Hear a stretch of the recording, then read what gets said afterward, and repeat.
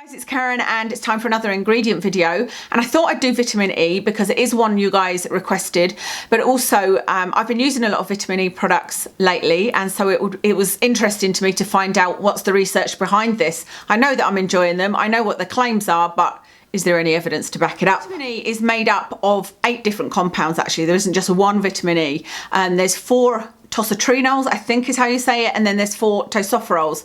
But generally in skincare, what you will see it listed as is tocopherol. The type used in skincare is alpha tocopherol, and that is normally extracted from soybean oil or wheat germ oil, and it can also come from canola or corn oil. Something to note actually is if you are a celiac, you need to be careful about using vitamin E because it can have gluten in it, especially if it comes from wheat germ oil. So I know my friend Miss Melissa, 55, she can't use certain types of vitamin E. So the claims for vitamin E, I've got my notes, but today I've got them on my phone actually, are that it acts as an anti-inflammatory, aids in prevention of puffiness and redness of the skin, is an anti-ager that can help diminish wrinkles, fine lines and brown spots, and finally that it is a wound healer. I haven't ever used it for anything specific, you know, to see any particular benefit from it. I suppose I've used it when my skin was really irritated, thinking that, you know, it is something that soothes and heals skin, so it should be good.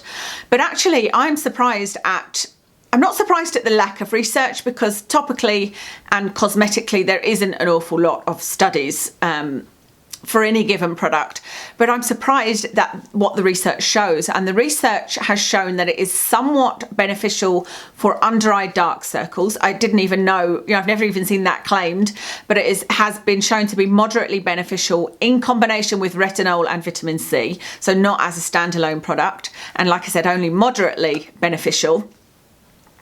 Another study showed that it was good for granuloma annulare, which is a skin condition where little sort of scar-like bumps come up on your skin. It has been shown to be beneficial for that. There is conclusive evidence to show that it is not good for wound healing, and that surprised me. I did not know that about vitamin E, and that's something that I would have came to mind when I was thinking of it, that it was good as a wound healer.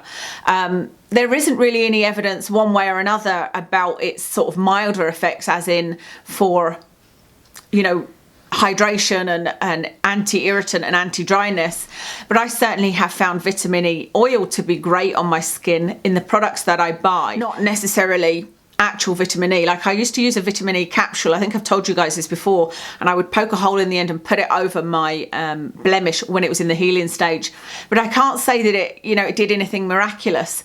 And the vitamin E oils that I use have other products in them, and now I wonder, is it just the combination of oils that's great for my skin and not necessarily vitamin E? So there's no evidence of it being anti-inflammatory, anti-puffiness, anti-redness, anti-ager, working on brown spots. There was one that talked about it being beneficial in melasma, but again mixed with other products. It wasn't as a standalone study. So yeah, not much evidence of anything really, unless you have this granuloma annulare, or you want something that works a little bit on dark circles combined with retinol and vitamin C. So I was a bit disappointed in that, but it doesn't mean I'll stop using the products that I have that I like. So overall, not a bad product, and I would certainly say if you've got dry skin, it's worth trying one of these products I'm saying here that I've enjoyed, because they are good products, not necessarily because of the vitamin E, because actually in all of these products there isn't a high level of vitamin E. I haven't yet seen a vitamin E product that is very high in vitamin E, and now that doesn't really bother me. I'm now not looking for a product that has it high on the list because of this lack of evidence, but this I have enjoyed, and I know it has no label on it, but this is the Superdrug vitamin E oil. It's got a mix of oils in there. It is £2.99, which I just think is amazing. It's, you know, not got alcohol in it, there's no fragrance high on the list. It's just really, really lovely. How much have I got left of this actually? I might buy another one when I'm out today if I go to Superdrug, because I love it. I really love it. I love this more than any oil I've tried, including my Clarins Lotus oil, which used to be my be-all and end-all. This, I would say, is the best oil I've ever used. From that same range is this Vitamin E Super Balm.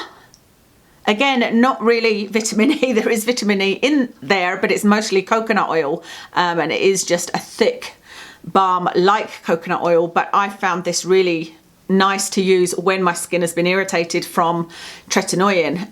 It doesn't sting, it feels really soothing, it's very emollient, and I've used it sort of instead of an oil. I would say it's even more healing than the actual oil, but this is great as, you know, I've used it on my cuticles, I've used it on my lips. It's one of those kind of balms. This would be a great dupe actually for the Liz Earle Super Balm. This would be a really good dupe because this one doesn't have as much perfume in it.